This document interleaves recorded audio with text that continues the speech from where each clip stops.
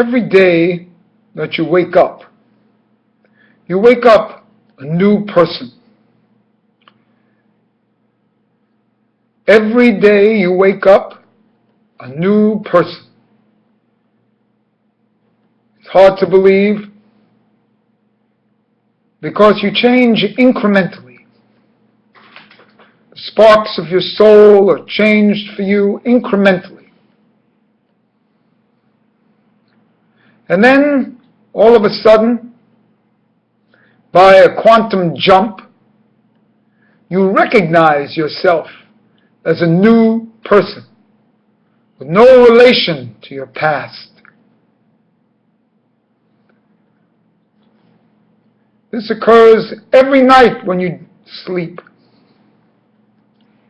especially in the sleep before Hetzot, before midnight.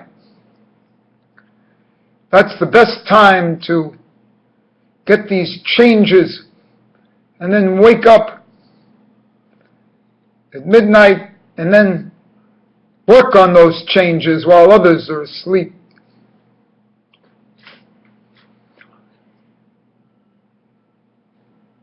One never realizes that they change because they change incrementally. It's the same thing like getting old. You don't really recognize that you're getting old because you get old one day at a time. Each day you wake up, you're a completely different person. And then, by the quantum jump, by 1 in 60, we'll call this 60 days or 60 weeks, you'll recognize or not recognize yourself. And you say, I've completely changed. The past few days, actually in the past few hours, this occurred to me with this beard of mine. This beard now is 11 months old, 11 and a half months old. And people said to me in the street today, gee, you're a completely different person. You look like a completely different person. And the strange thing is, I feel that I am. It's not that the beard made me a different person, but the different person grew the beard. Incrementally, things changed. And then, all of a sudden, you're somebody else. This occurs sometimes even when you do a mishabera. You have a name change. Because the fate of the other name has worn out. So here's another story about this. It's the same thing in the tennis world. People have changes in themselves. The top player in the world is different than the top fourth player. The top 4 are different than the top 10. The top 10 different than the top 20. The top 20 different than the top 50. Each is a different level of existence. This level of existence is echoed in the levels of the soul. There are 5 levels of the soul. First we'll go through and try to complete the nefesh. So each night when we go to sleep, another spark of this nefesh, another 1/10 of 1% is rectified for us. And then after that, when we complete the nefesh, we'll think we're a different person. But then we go into the ruach. The ruach takes years to complete. After we complete the ruach, we go into we're a different person. Then we go into the neshama. Then there's more to complete. It's a never-ending process.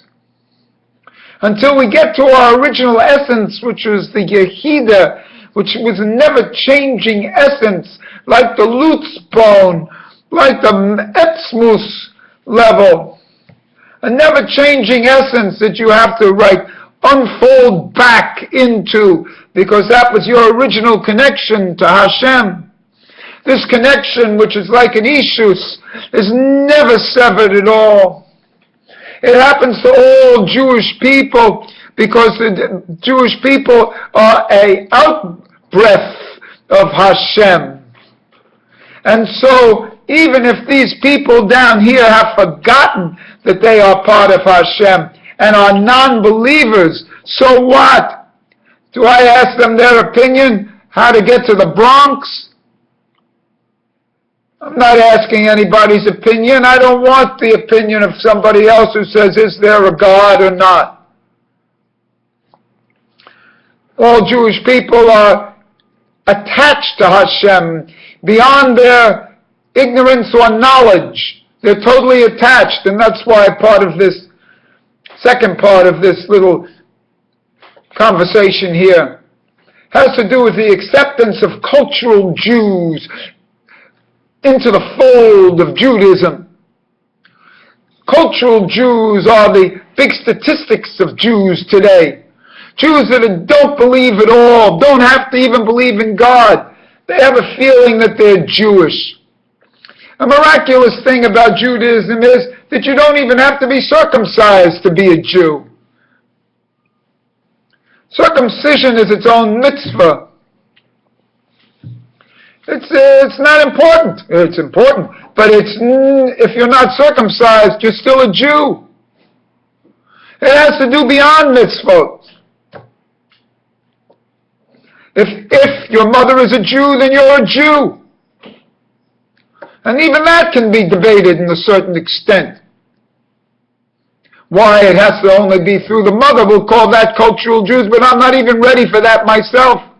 At this time, all people who have Jewish mothers are Jewish, no matter what their belief or their practices are. Cultural Jews living in society in America, in a modern secular society, they very probably have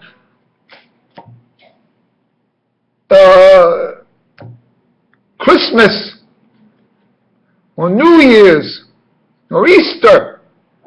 They take vacations because they don't go to religious schools. They take these vacations from secular schools. So it's very important to understand the total embrace of Judaism is to embrace every person who's a Jew. The percentages of people who are non-religious are greater. If it went to a vote, then the religious people aren't Jewish. If it was a popular vote. So I think that the levels now are to enfold the secular, non-observant, cultural Jews into the fold of the religion. After they've been enfolded, then one can learn, maybe. But here's one of my concepts here, is that cultural Jews should be exposed to the 7 Noahide laws. 7 Noahide laws for people who don't want to do the 613 mitzvot. Start them off with pablum. Start them off with the Noahide laws, the same as you start the Christians or the Muslims or the whatever, Buddhists. Make sure that the 70 nations of the world follow the Noahide laws, and even the nations that are Jewish follow the Noahide laws. Look it up. Check it on the computer, 7 Noahide laws. It's very important to do from the basics. There are too many units to understand, and the interactions between tzitzis and tefillin and Shabbos and kashrut and all this. Keep it simple for people who don't believe. But just because a person doesn't believe doesn't mean that he isn't Jewish. And that's the important concept. In a certain sense, he's forgotten.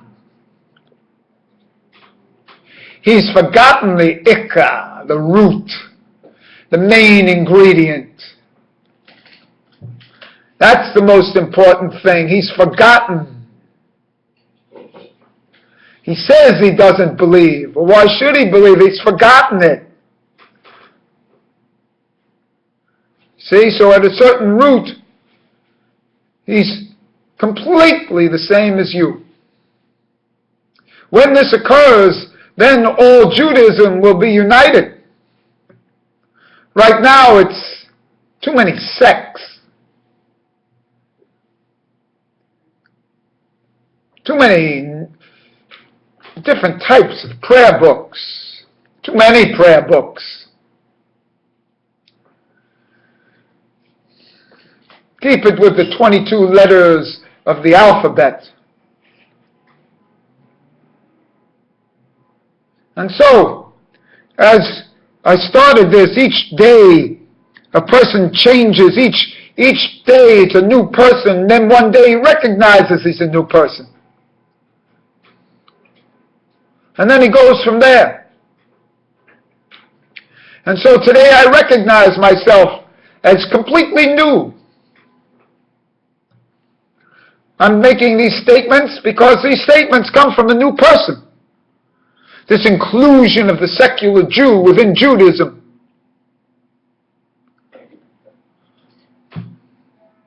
Asking not for mitzvah observance.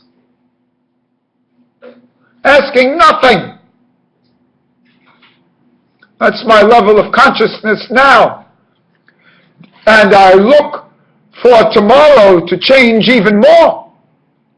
For another quantum jump. Maybe from my neshama to my chaya.